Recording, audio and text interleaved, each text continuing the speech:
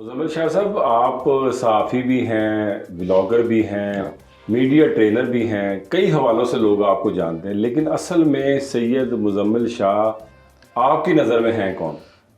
دیکھیں، اس میں تو اکثر مشکل ہو جاتا ہے میرے لیے بھی ایک باؤنڈری ڈرا کرنا کہ صرف صحافت کرنی ہے یا صرف کتابوں کی باتیں یا صرف ایکٹیویزم کرنا ہے. لیکن میرے نزدیک صرف یہ کہ جو شارٹیسٹ فارم میں کہہ سکتا ہوں، ایک کیوریس انسان جس کو مزید نئے آئیڈیاز کو جاننے کا شوق ہے صرف، اور ان پہ بات کرنے کا بھی شوق ہے، تو اسی میں آپ صحافت کو بھی لا سکتے ہیں کہ اگر ہم جرنلزم کریں تو اس میں بھی کچھ نئے اینگلز یا پھر کچھ ہسٹری کی باتیں. اور اسی طرح یہ ہے کہ یونیورسٹیوں میں جانا یا پھر کتاب پڑھنا بیٹھ کر، تو سب کا جو بیسز ہے وہ یہی ہے کہ مزید لرن کریں اور مزید جانیں تاریخ کے بارے میں، آئیڈیاز کے بارے میں. تو میں صرف یہی کہہ سکتا ہوں کہ تجسس جو ہے نا وہ ایک میری موٹیویشن رہتی ہے ہر چیز میں. تو یہی سمجھتا ہوں کہ ایک کیوریس انسان جو کہ مزید جاننا چاہتا ہے، دیٹس اٹ. اتنی ینگ ایج میں اور وہ بھی صحافت جیسا شعبہ چننا، پھر اس میں نام بنانا، یہ صحافت کس کی انسپریشن ہے؟ کہاں سے آپ کو خیال آیا کہ جرنلزم میں جانا؟ ویسے تو والد صاحب بھی رپورٹنگ کرتے رہے ہیں میرے، جو روزنامہ پاکستان میں کورسپونڈنٹ رہ چکے ہیں، لیکن اس کا کوئی ایز سچ سوچا نہیں تھا کہ بالکل اینکرنگ کرنی ہے، جرنلزم کرنا ہے. لیکن ہوا یہ کہ جو پالیٹکس میں انٹرسٹ تھا وہ بہت لیٹ جا کے میں نے ڈسکور کیا. یونیورسٹی کے دور میں جا کے آئیڈیا ہوا کہ نہیں، اس میں انٹرسٹ زیادہ ہے میرا.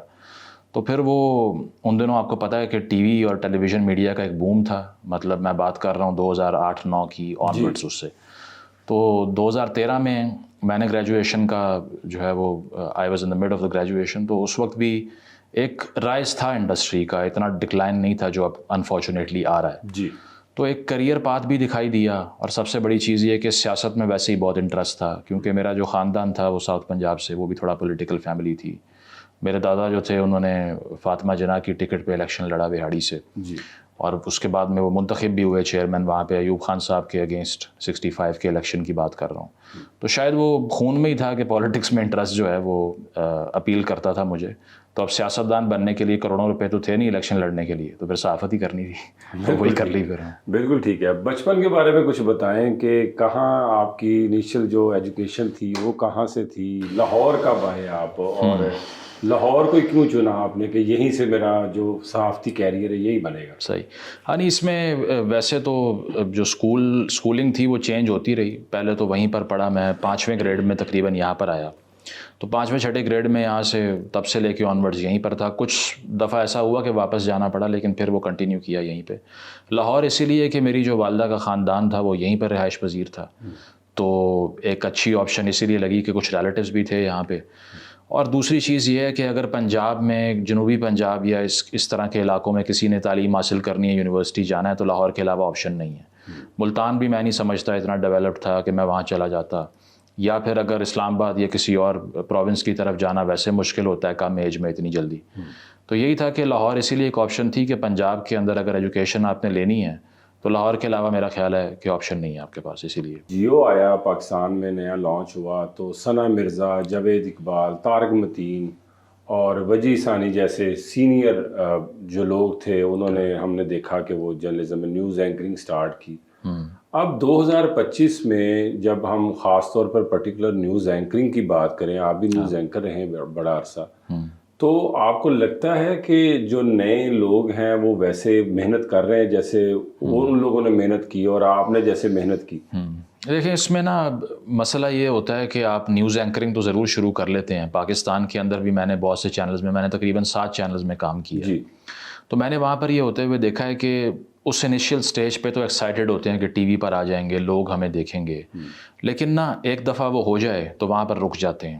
اس کے بعد میں یہ نہیں سوچتے کہ اس کے بعد کیا کرنا ہے. اب آپ کو پتہ ہے کہ نیوز اینکرنگ ساری زندگی تو نہیں ہو سکتی، کیونکہ اس میں ایج کا فیکٹر بھی بہت جگہوں پر انوالوڈ ہے پاکستان کے میڈیا میں، اور بڑی چیزیں اس میں انوالوڈ ہوتی ہیں. اور دوسرا یہ کہ اب وہ کوئی بہت زیادہ پیئنگ جاب بھی نہیں رہی. تو اس سے گرو کرنے کے لیے آپ کو ایز اے سیکنڈ آپشن اپنے مائنڈ پہ بھی کام کرنا ہے، اسکل پہ بھی کام کرنا ہے، جو کہ کرتے نہیں ہیں اتنے لوگ یہاں پہ.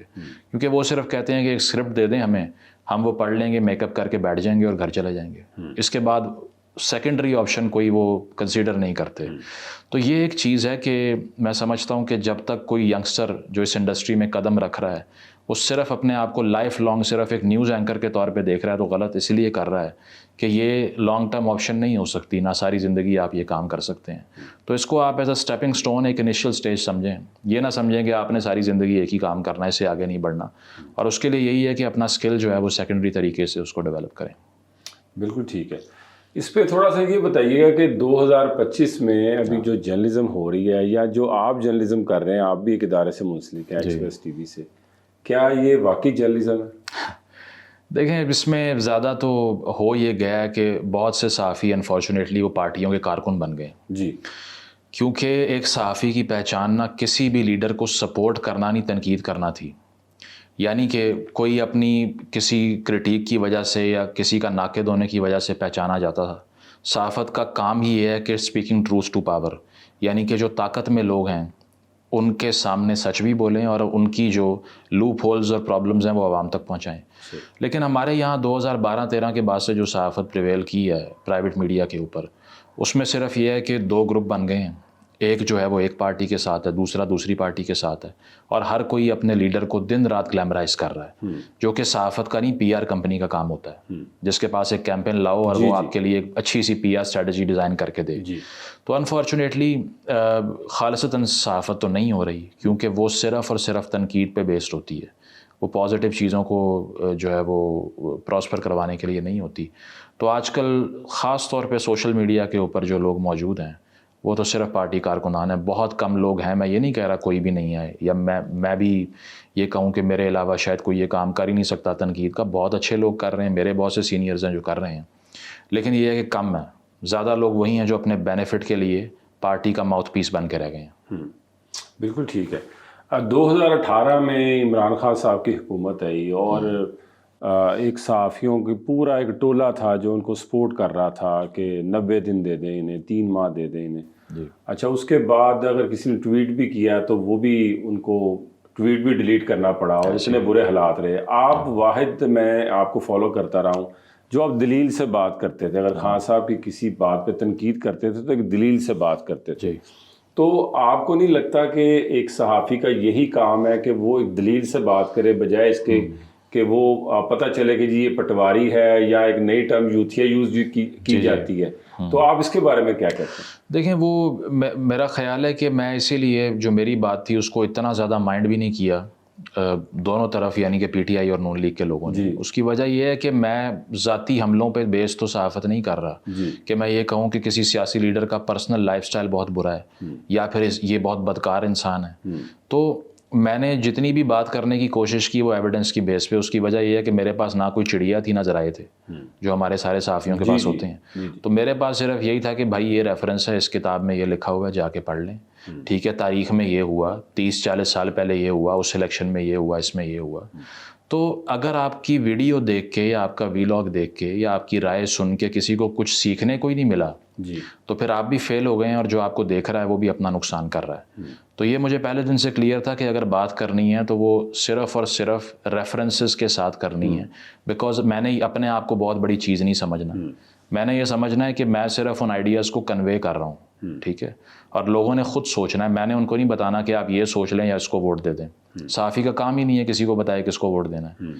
تو یہ چیز ہے کہ جو آپ نے سوال کیا اس میں اب انفارچونیٹ چیز یہی بن کر رہ گئی ہے کہ ذاتی حملوں کی جو صحافت ہے اس کی وجہ سے لوگ کنونس بھی نہیں ہوتے. میں اگر کسی پارٹی کو فالو کرتا ہوں اور میں ایک صحافی کو دیکھ رہا ہوں کہ وہ میرے لیڈر کی ذاتی زندگی پہ حملے کری جا رہا ہے یا گالیاں یا بدتمیزی کر رہا ہے، مجھے کنونس نہیں کرے گا. کنونس ہمیشہ لاجک کرے گی، دلیل اور ریزن کرے گی. تو اسی لیے وہ کرنے کی کوشش کی.